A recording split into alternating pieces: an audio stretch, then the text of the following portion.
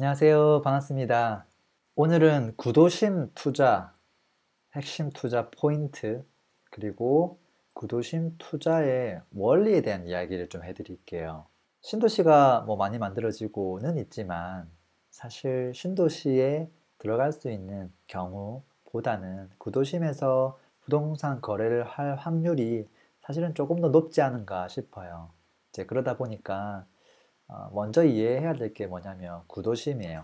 과거 제가 랭콘TV에서 구도심 투자 관련돼서 그리고 또 신도시 투자와 관련돼서 여러 가지 이론들에 대해서 만들어 놓은 영상도 있어요. 여기 영상 참고하시면 될 것 같고요.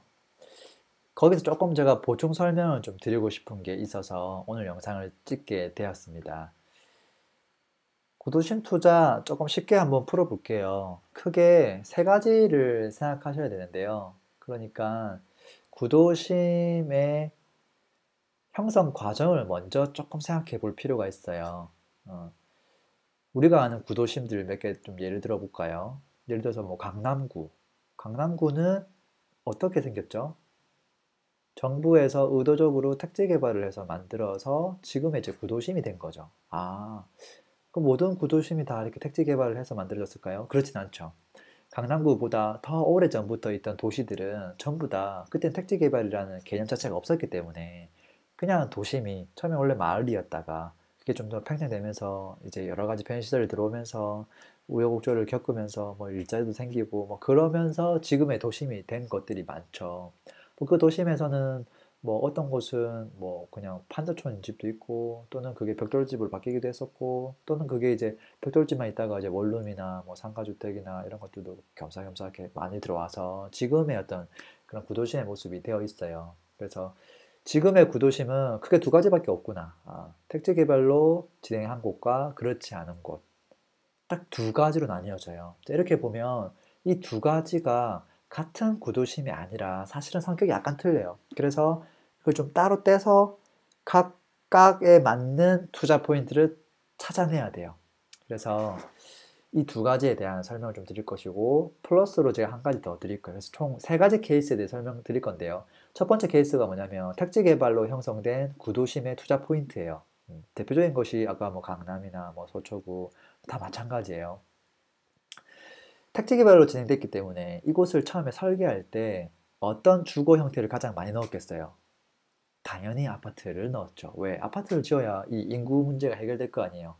그래서 아파트 택지 개발 지구로 만들어진 그 아파트 같은 경우는 그런 구도심은 주거의 메인이 아파트예요. 당연히. 아파트고, 그게 시간이 지나면서 그 메인 주거 형태가 결국은 최고의 인기를 누리게 돼요. 근데 그러다가 이게 구도시 너무 오래되면 재건축 연식이 도래할 것이고, 이제 그러다 보면 다시 아파트를 새로 짓고, 뭐 그러는 거죠. 자, 이렇게 보면 택지 개발로 진행한 곳들은 투자 포인트의 1순위가 어떤 녀석이 되냐면 입지가 좋은 곳에 대부분 다 아파트가 있어요. 근데 그 녀석들은 빨리 지어졌기 때문에 대부분 이게 재건축 연식이 다 도래했어요. 그러니까 그 친구들이 하나씩 하나씩 변모하는 거죠. 그리고 그 이후로도 이미 변모한 것들이 있지만 또 할 것들이 있는 거예요. 재건축이 될 대상들이 계속 있는 거예요. 이제 그래서 이런 지역은 재건축이 되는 재건축 연식이 도래한 오래된 아파트. 그 친구가 투자의 1순위가 돼요. 그럴 수밖에 없어요. 그리고 2순위는 재건축이 도래하지 않은 일반 아파트가 이제 2순위가 돼요. 시세 상승 폭 면에서는 그렇다라는 거예요. 자, 그러면 재건축 아파트만 투자하면 무조건 돈을 벌 수 있는 걸까요? 사실 그렇지는 않아요. 뭐 그럴 수 있으면 참 좋을 것 같은데 재건축 아파트는 수익성은 높지만 그만큼 리스크가 커요. 많은 투자금이 들어가야 되고 정책적으로 또 맞아 떨어져야 되고 뭐 사업이 갑자기 변화되거나 그러면은 시간이 엄청 많이 걸리기도 하고요. 그래서 좀 시간적 여유, 금전적 여유를 좀 필요로 하죠. 그리고 세계 불황이나 뭐 금융 위기 이런 것들이 맞닥뜨리게 되면 그 변화에 가장 큰 영향을 받는 종목이 일반 구축 아파트가 아니라 재건축이기도 해요. 왜냐하면 재건축은 다들 내가 꼭 들어가서 살고 싶은 아파트가 아니에요. 그냥 가지고 있다가 새 아파트 되기 전까지 어떻게든 저렴하게 이제 전세를 넣고 시간을 버티는 녀석이거든요. 그러니까 오로지 시혜차의 목적으로 가져가는 녀석이기 때문에 뭐 있어도 그만 없어도 그만이에요. 근데 내가 거주할 집은 꼭 있어야 되잖아요. 재건축 오래된 아파트에 거주하고 싶지는 않지만 적당하게 내가 거주하고 싶은 곳은 있어야 된단 말이죠. 그래서 구도심 아파트가 없으면 안 돼요. 그래서 경기 변화가 생겼을 때 재건축이 먼저 타격을 받는다라는 거 좀 알고 있으면 좋을 것 같고. 그래서 지금 케이스 1번인 경우가 서울에서는 대표적으로 이제 뭐 강남구, 서초구, 송파구 뭐 이런 지역들이에요. 실제 지도를 딱 보면 길이 반듯하죠. 체계적으로 설계가 됐다는 것이고요. 자, 대략적으로 이해했어요. 썸머를 해보면, 자, 택지 개발로 진행한 구도심은 일단 재건축 아파트가 그 시세를 견인해 간다. 이 친구가 올라가면 나머지들도 같이 따라가는 경우라고 보시면 되고요. 두 번째 케이스는 뭐냐면요. 택지 개발이 아닌 형태로 형성된 구도심이에요. 이런 구도심의 투자 포인트는 좀 다른데요. 이 구도심을 좀 들여다보면 택지 개발이 아니기 때문에 그냥 우후죽순 주택들이 많이 있었던 지역이에요. 그래서 대표 주자가 주택이에요. 오르막도 많고 뭐 골목길도 많고 뭐 그렇죠. 뭐 개중에 뭐 시장이 생기기도 하고 장터가 열리고 또 그러면서 상권이 형성되고 뭐 역세권이 생기고 뭐 이런 것이에요. 보통 젊은 사람들은 대부분 이런 곳을 떠나고 싶어 하죠. 좀 새롭게 만들어지고 있는 신도시나 조금 오래됐다고 하더라도 좀 인프라가 좀 잘 갖춰져 있는 뭐 일기 신도시 정도 뭐 그런 곳을 선택하려고 하죠. 그럼 이런 곳은 사람들이 떠나려고 하니까 투자 포인트가 없는 걸까요? 그렇지 않죠. 주택들이 오래된 곳은 어떤 사업들이 진행되냐면 뭐 주거 환경 사업 또는 뭐 주택 재건축 또는 주택 재개발, 뭐 재정비 촉진지구로 이제 지정이 돼서 그 마을 전체가 바뀐다거나, 뭐 가로수 정비 사업, 뭐 여러 가지 것들이 진행이 돼요. 결론적으로는 이런 구도심은 이제 리뉴얼이 되는 것이거든요. 자, 그러면 주택들은 하나의 주택이 뭐 리모델링 되는 거는 사실은 큰 의미가 없어요. 그냥 개인이 마음 먹고 그냥 뭐 허물고 새로 지으면 되니까. 근데 그 동네가 이제 굉장히 좋아지는 건 아니거든요.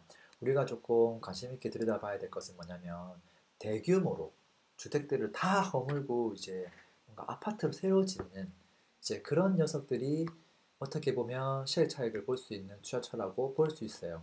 그래서 이 케이스 2번 같은 경우는 결론적으로 투자 포인트가 뭐냐면 주택인 거예요. 근데 그냥 주택이 아니라 재정비 촉진지구처럼 과거 이제 뉴타운으로 불렸던 대규모로 그 동네를 싹 다 허물고 이제 아파트로 새로 짓는 그런 지역들, 그런 곳이 투자 포인트가 이제 되는 거예요. 투자 포인트가 되는 것이고, 그 다음 이제 2순위는 뭐가 되냐면 그 지구에는 포함되어 있지 않지만 그냥 평이한 뭐 주택이나 이제 아파트들이 2순위가 되는 거예요.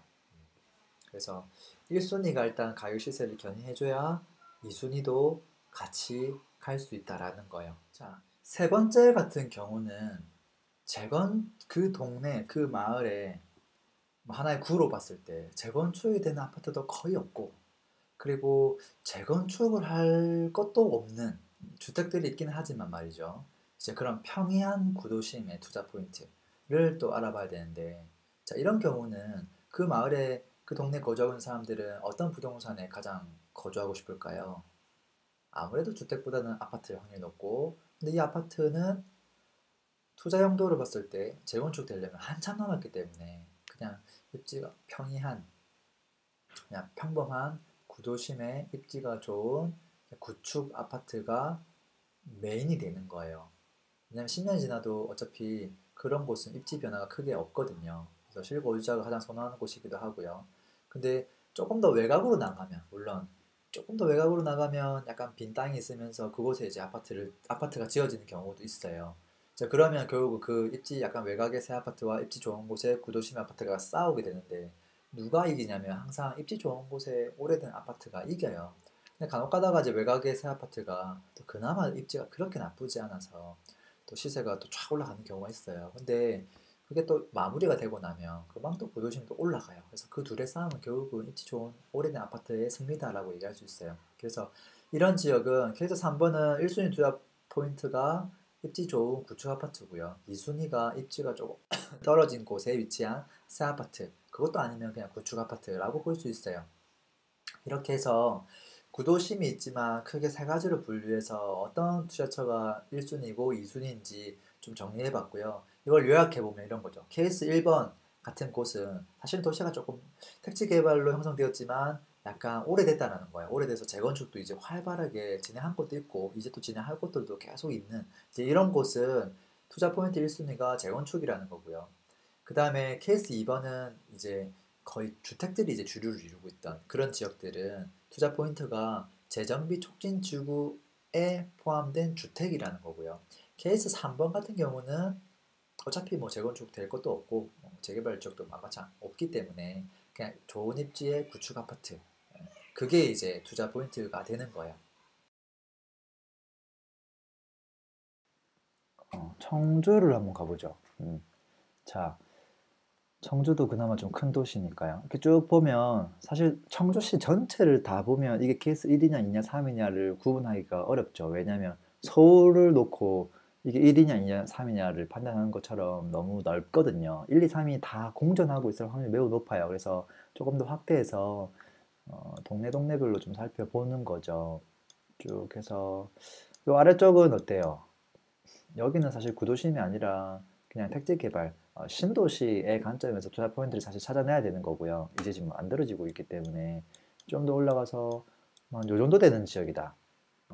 한 이 정도 되는 지역이라고 하면 이제 딱 느낌이 여기는 좀 정비되지 않은 그런 구도심도 좀 형성되어 있고 주택들도 있고 아파트도 있는데 이 아파트가 딱히 재건축까지 관련식은 아닌 것 같고 그리고 주택들도 지금 뭔가 지구로 돼서 재개발이 될 것도 아닌 것 같고 그러니까 어떻게 보면 케이스 1번도 아니고 택지 개발로 돼서 재건축이 지금 많이 있는 곳도 아니고 또 재개발이 많이 있는 케이스 2번도 아닌 그럼 결국 케이스 3번이거든요. 케이스 3번은 이게 택지 개발로 했든 아니든 상관없이 그렇게 오래되지 않은 거라는 거예요. 케이스 1번은 택지 개발로 했는데 정말 좀 오래된 것이고 케이스 2번은 그냥 택지 개발이 아니라 평이한 구도심인데 그게 너무 지금 오래되어서 리모델링 할 타이밍이 된 지역인 것이고요. 케이스 3번은 택지든 아니든 상관없이 연식이 애매한 것들.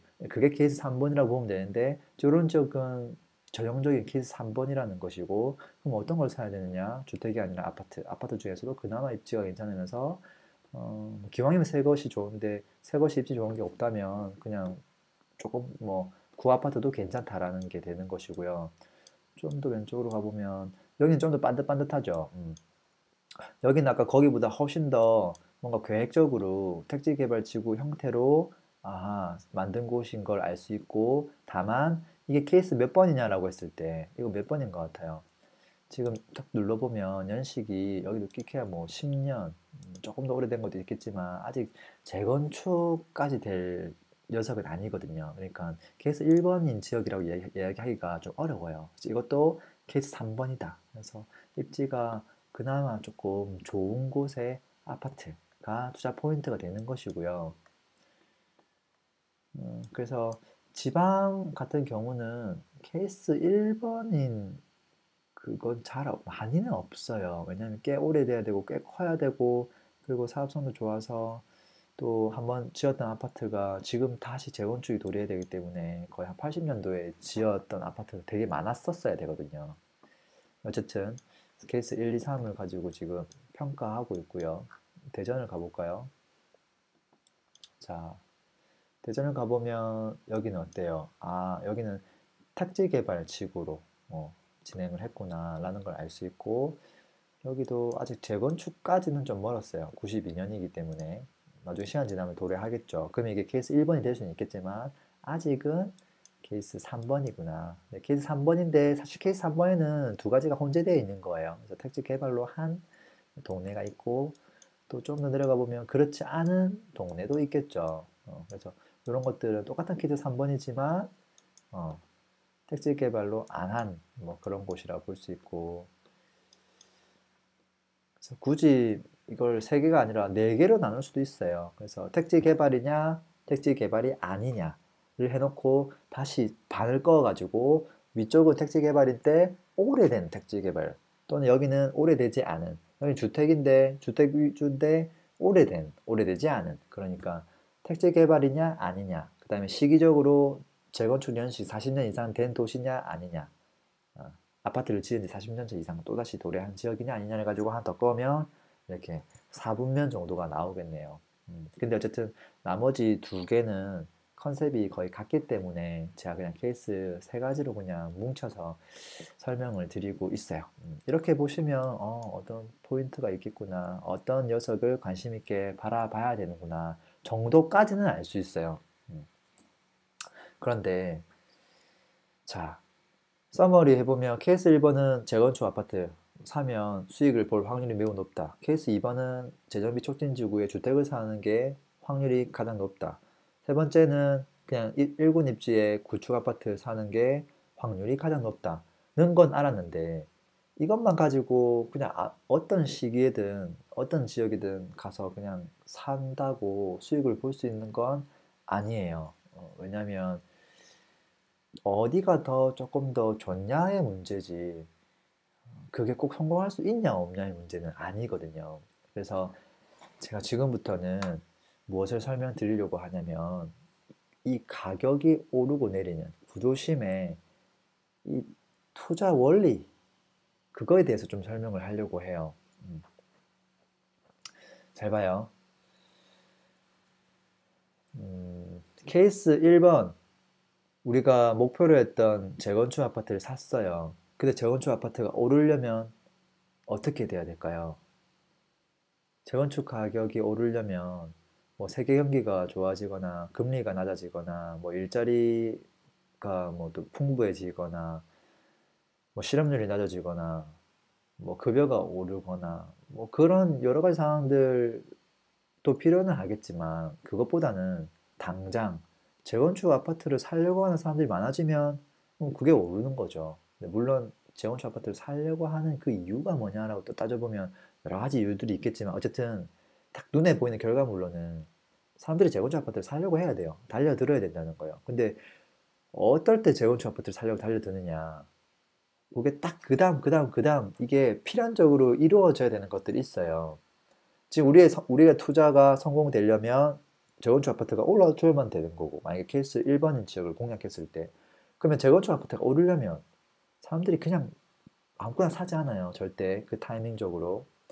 재건축을 사기만 하면 돈이 된다는 생각이 들어야 되는데, 그게 이제 들려면 재건축이 되어서 분양을 했을 때 이게 빵 터져줘야 되는 거죠.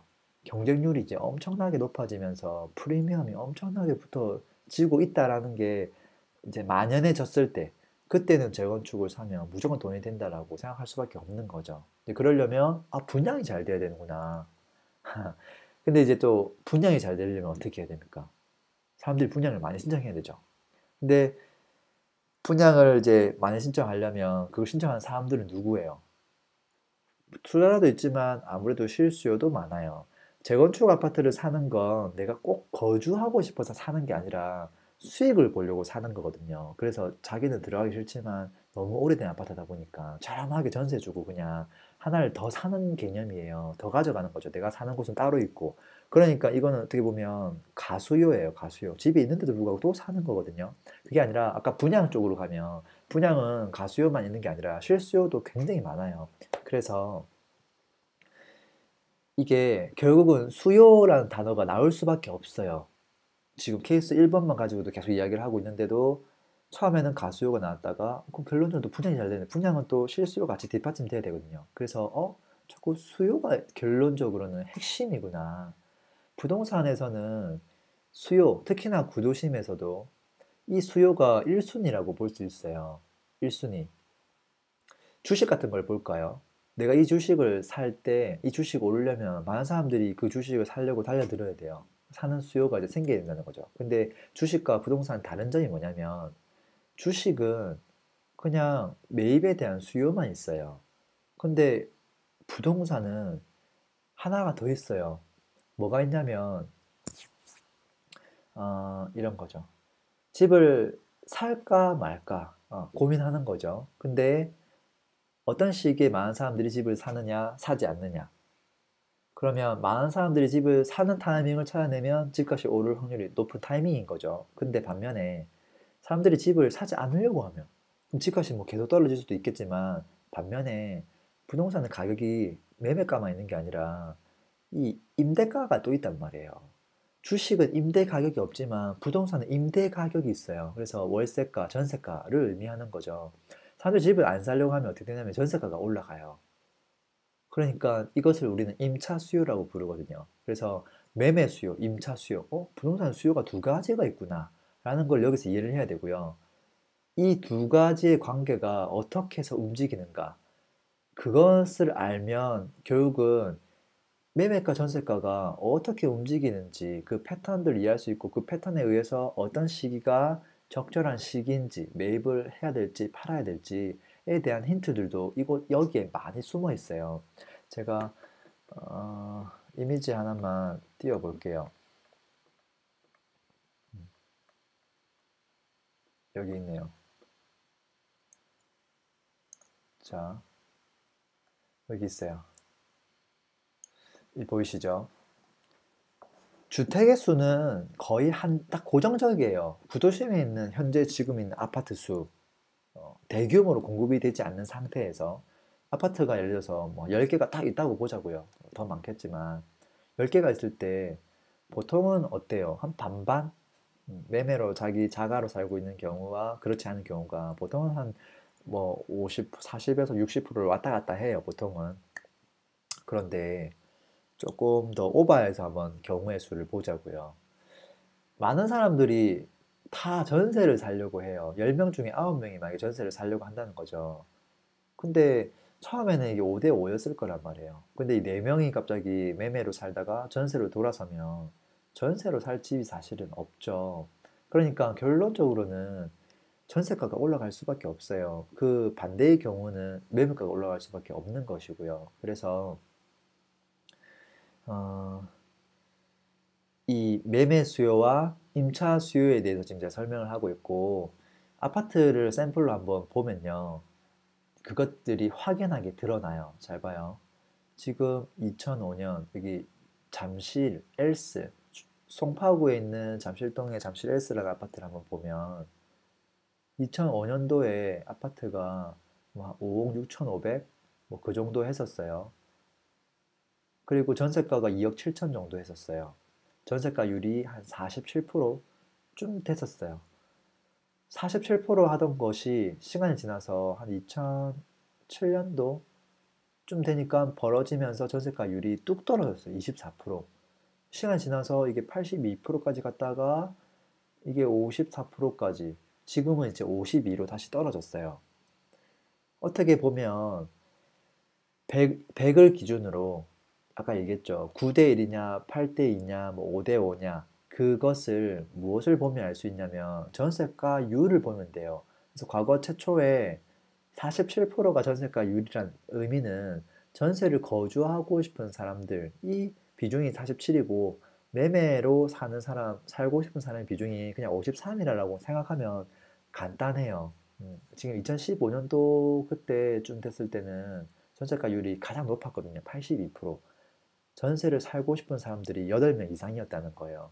이런 경우는 전세가가 당연히 올라갈 수밖에 없겠죠. 그래서 그 기간 동안 쫙 올라가 준 것이죠. 자, 이랬을 때 우리가 이제 어떤 타이밍에 이 집을 사는 게 좋으냐. 자, 이 아파트 입장에서 잘 봐요. 전세가는 지금 40에서 80%를 왔다 갔다 하고 있는 아파트예요. 평균치를 내보면 제가 평균치를 쭉 내보면 한 52% 정도 돼요. 거의 통상적으로 전세가율이 좀 낮은 편에 속하죠. 특히 서울에서 좋은 아파트이기 때문에 전세가율이 52%예요. 자, 그랬을 때 전세가율이 높을 때 사는 게 좋을까요? 낮을 때 사는 게 좋을까요? 높을 때 사는 게 좋아요. 왜냐면 이 가격은 항상 평균으로 이 선회하려는 그게 있어요. 그래서 80이었던 게 갑자기 90, 100 계속 뭐 올라가지가 않고 통상적으로는 또 평균으로 계속 회귀하려고 하는 거죠. 이제 그렇게 보면 전세가율이 낮아진다는 말은 전세가가 낮아져서 그게 되는 게 아니라 매매가가 올라가기 때문에 그렇게 되는 거예요. 그래서 저평가된 그 시기를 포착할 때 전세가율은 생각보다 중요한 지표가 되는 거고, 근데 이 전세가율이라고 하는 걸 왜 보냐면 전세가율은 다르게 이야기하면 임차 수요하고 같은 말이거든요. 근데 이 임차 수요는 결국은 이 매매 수요하고 딱 반비례하는 관계를 가져가고 있어요. 그래서 전세가율을 알면 임차 수요를 알 수 있고, 임차 수요를 알면 그 역을 100에서 빼면 되니까 매매 수요를 알 수 있고, 매매 수요를 알 수 있다는 말은 가격이 언제가 저평가돼 있고 언제 또 올라갈 수 있다는 거에 대한 힌트가 이곳에 많이 숨어 있어요. 자, 그러면 이제 전세가율이 제일 높은 아파트를 사면 되겠네, 이렇게 결론 내리는 분들이 있을 거예요. 그러면 망해요. 쫄딱 망해요. 왜냐면 A, B, C, D, E라는 아파트가 있을 때 전세가율이 높다고 해서 그걸 무조건 사면 안 되고요. 어떤 걸 사야 되냐면 A 아파트의 한 10년, 20년 동안의 전세가율 평균, 지금 이 아파트는 전세가율이 평균이 52잖아요. 50인데 2015년도에는 82였거든요. 이 차이가 거의 한 30좀 나요. 30. 그래서 저는 이거를 임차 수요에 대한 절대 계수라고 저는 생각을 하는데, 이게 많이 차이가 날수록 좋은 것이거든요. 그 역으로 좋은 게 아니라, 그러니까 어, 평균에서 지금 현재 전세가율을 뺐을 때 마이너스가 크면 클수록 저는 좋다고 봐요. 근데 어떤 아파트를 봤더니 지방의 어떤 아파트는 그냥 평균 자체가 한 80%가 넘는 거예요. 근데 어떨 때는 90이었다가 어떨 때는 70이었다가 여기를 이제 왔다 갔다 하고 있는 거죠. 근데 평균은 80이에요. 근데 지금 현재 얘가 얼마냐면 전세가율이 82%예요. 그러면 이 녀석을 사야 될까요? 지금 잠실헬스를 2015년도에 82%일 때 사는 게 좋을까요? 둘 다 80, 뭐 1%, 2%지만 누가 더 좋은 녀석이냐면 잠실헬스가 훨씬 더 좋은 녀석이에요. 왜? 잠실헬스는 평균이 원래 50인데 현재 80이고, 아까 지방에 있던 건 원래 평균이 80인데 현재 81이니까 이게 좋은 거라는 거예요. 이해돼요? 그래서 평균을 구하는 게 생각보다 중요해요. 평균 대비 지금 현재 어떠한가. 그래서 우리가 미래를 예상하기 힘들지만 지금 현재 상태를 파악할 수는 있어야 돼요. 지금 현재 송파구의 잠실 아파트는 2015년을 기준으로 봤을 때 그때 전세가율 82%였으니까, 그럼 그걸 딱 들여다보면 뭘 알아야 되냐면, 여기는 거의 한 52% 정도 전세가율이 정상인데 야 82까지 올라갔어. 사람들이 정말 집을 안 살려고 하는구나. 근데 여기 더 올라갈 때가 이제 거의 없단 말이에요. 시간이 되면 이게 70, 60 밑으로 떨어질 확률이 매우 높겠구나. 이제 이렇게 판단할 수밖에 없는 것이고, 아까 지방에 있는 아파트를 딱 들여다봤을 때는 원래 80인데 81이니까 지금 평균치네. 여기서 뭐 좀 더 올라갈 수도 있고 내려갈 수도 있는 애매한 포지션에 차지하고 있는 것이죠. 그래서 지금 매매 수요, 임차 수요에 대한 관계에 대해서 이야기하고 있고, 어쨌든 그것은 결국은 수요라는 거예요. 그래서 이 수요를 잘 파악하는 것이 구도심에 있는 그 아파트가 언제 좋은 타이밍인지 찾을 수 있는 핵심 키라고 볼 수 있어요. 물론 구도심은 신도시보다 조금 더 복잡해요. 복잡하고 이 수요 하나만 가지고 모든 게 해결되지는 않아요. 우리가 체크해 봐야 될 게 되게 많아요. 지금 여기 전제 조건이 아파트 수가 처음에 다 고정적이라고 했지만 갑자기 2년 동안 그 바로 주변에 공급이 엄청나게 많이 생긴다면 사실은 이 공식이 맞아떨어지지 않아요. 근데 그렇지만 제가 지금 이야기하고 있는 것은 신도시가 아니라 구도심에 대해서 이야기를 하고 있고, 이 구도심에는 신도시가 엄청나게 많이 들어오는 경우도 있지만 그렇지 않은 경우가 훨씬 많거든요. 지방의 구도심에 뭐 신도시가 만들어져봤자 얼마나 만들어지겠어요. 그리고 특정 시기에 많이 만들어지고, 그렇지 않은 한 5년 동안 그냥 큰 신도시가 안 만들어지는 시기도 되게 많아요. 그런 시기에는 이 공식이 절대적으로 맞아떨어질 수밖에 없다라는 것이고요. 어, 그 외에도 이제 사실 체크해 봐야 될 게 많이 있는데요. 그건 좀 내용이 좀 길어질 수 있으니까 그 다음 편에 제가 또 설명 좀 드리도록 할게요. 그 주제를 이제 제목을 정하라고 한다면 구도심, 그 투자에 있어서 기준 네 가지 정도 알면 될 것 같아요. 그래서 그 중에 하나가 수요거든요. 나머지 것들 궁금하죠? 궁금하시면 구독과 좋아요 부탁드리고요. 제가 또 다음 시간에 이어서 설명 좀 더 드리도록 할게요. 조금 길게 설명했는데 뭐 요약을 해보면 구도심은 크게 케이스가 두 가지다 하는 택지로 만들어져서 지금 이렇게 구도심의 형태가 된 거, 아니면 택지 개발이 아닌 형태로 만들어져 있는 구도심. 근데 이 두 가지가 좀 더 오래됐을 때 얼만큼 오래됐냐 오래되지 않았느냐, 그래서 이 둘 다가 택지 개발이 정말 오래된 게 케이스 1번, 아까 두 번째 녀석에서 구도심인데 정말 오래돼서 주택이 위주로 되어 있는 게 2번. 그다음에 이 두 가지 케이스가 그렇게 오래되지 않은, 이제 끼켜봐야 한 2, 30년밖에 안 된 그런 곳, 딱 세 가지 정도가 있다라는 것이고요. 그 세 가지에 있어서 첫 번째 투자 포인트는 재건축이 되는 아파트가 1순위 투자 포인트고요. 두 번째는 이제 재개발이 되는 주택. 세 번째는 그냥 입지가 좋은 평범한 구축 아파트가 되는 것이고, 이제 기왕이면 적절한 시기에 요 투자 포인트에 있는 걸 사면 좋은데, 그 투자 포인트 타이밍을 찾기 위해서 여러 가지 것들을 확인해야 되는데, 제가 다음 시간까지 크게 네 가지를 봐야 된다고 설명할 것인데, 그 중에 한 가지인 이 수요에 대해서 설명을 드린 거예요. 사실 수요도 다음 시간에 조금 더 구체적인 내용을 설명드릴 건데요. 오늘은 가장 기본이 되는 수요, 매매 수요와 임차 수요, 그리고 그들에 대한 관계, 이 관계만 가지고도 그냥 똑같은 아파트를 바라보면서 현재 이게 적합한 매입 시기인지 아닌지에 대한 설명을 조금 드렸어요. 그래프도 뒤에 좀 있네요. 그래프 보면 지금 이런 거죠. 전세가율을 그래프로 쭉쭉 나타내 보면 2015년 7월 달이 82%로 전세가율이 가장 높았어요. 그래서 이때가 매수 적기다. 반대로 2007년도 3월은 매도 적기다. 라는 결론이 그냥 나오는 거예요. 앞으로 시간이 지났을 때 어떻게 되겠어요? 지금 여기는 평균이 50이기 때문에 이 50일을 근간으로 해서 움직일 수밖에 없어요. 시간이 지나다 보면 지금 이제 다시 평균으로 도래했거든요. 그래서 지금은 사기가 그렇게 좋은 시기는 사실은 아니라고 볼 수 있어요. 그래서 여기서 좀 더 내려갔다가 올라갈 수도 있고 아니면 이걸 횡보할 수도 있고, 이제 그렇지만 어쨌든 이거 정말 좋은 시기다 아니다 정도는 판단할 수 있다라는 거예요. 자, 구도심이 사실은 우리가 거주하는 곳에 있어서 거의 뭐 한 8, 90%를 차지하죠. 나머지 10%가 이제 신도시이기 때문에 구도심 투자만 잘 해도 성공적인 부동산 투자할 수 있지 않을까 싶어요.